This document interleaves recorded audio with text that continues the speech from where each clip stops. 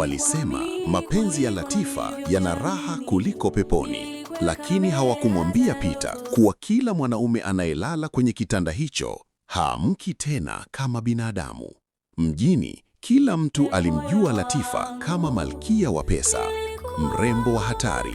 Macho yake yalivuta wanaume kama sumaku, tabasamu lake lililewesha akili, na sauti yake ilifanya wanaume wasahau kila kitu.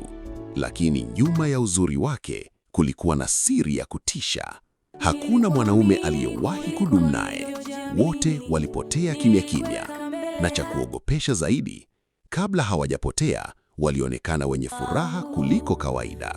Wazee wa mtaa walikuwa wakisema, ukishapendwa na Latifa, roho yako inaanza kuhesabiwa. Lakini Peter hakusikiliza. Kwa mara ya kwanza maishani, alihisi kupendwa kweli.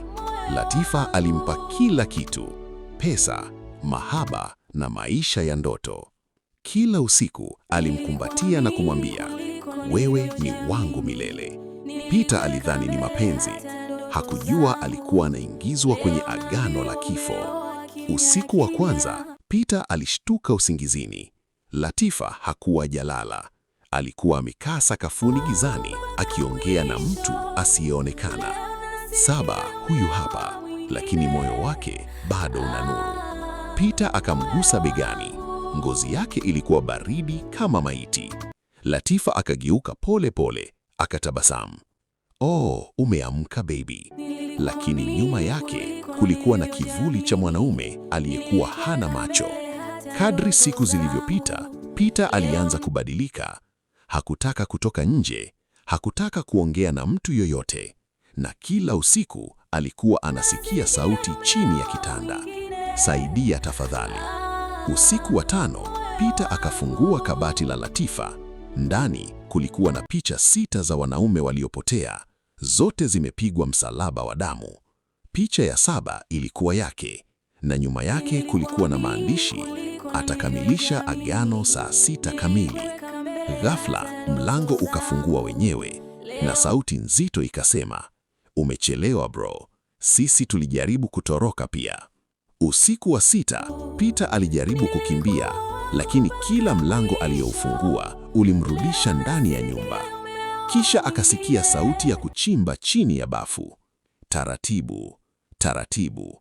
Alivunja ukuta mdogo, na ndani yake kulikuwa na chumba cha siri. Mishumaa 7 ilikuwa inawaka, na mbele yake sanda 6 za wanaume waliopotea. Sanda ya 7 ilikuwa mpya, ilikuwa imeandikwa Peter. Ghafla taa zikazimika, na sauti ya Latifa ikasikika nyuma yake. Wiki nzima imeisha Peter. Dakika 168 zimekamilika. Peter akageuka kwa hofu, lakini Latifa hakuwa tena mwanamke aliyemjua. Macho yake yalikuwa meusi kabisa, na tumbo lake lilikuwa linacheza kama kuna kitu kinaishi ndani yake. Unajua kwa nini sijawahi kupata mtoto? Kwa sababu tumbo langu halibebi mimba, linabeba roho za wanaume walionipenda. Ghafla mikono 6 ikaanza kutoka chini ya kitanda, ikimfuta Peter gizani. Peter akapiga kelele, Latifa! Lakini Latifa alitabasamu tu, kisha akasema, karibu nyumbani mume wangu wa 7. Screen inakuwa nyeusi. Kisha sauti ya mtoto mdogo ikasikika gizani, baba, usimwangalie machoni.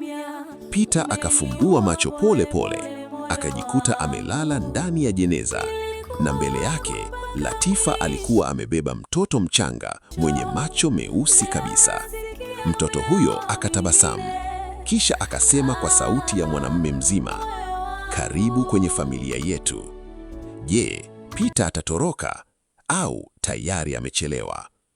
Follow sasa hivi, share kwa marafiki zako na comment EP2 ili uwe wa kwanza kupata mwendelezo wa dakika 168 za kifo.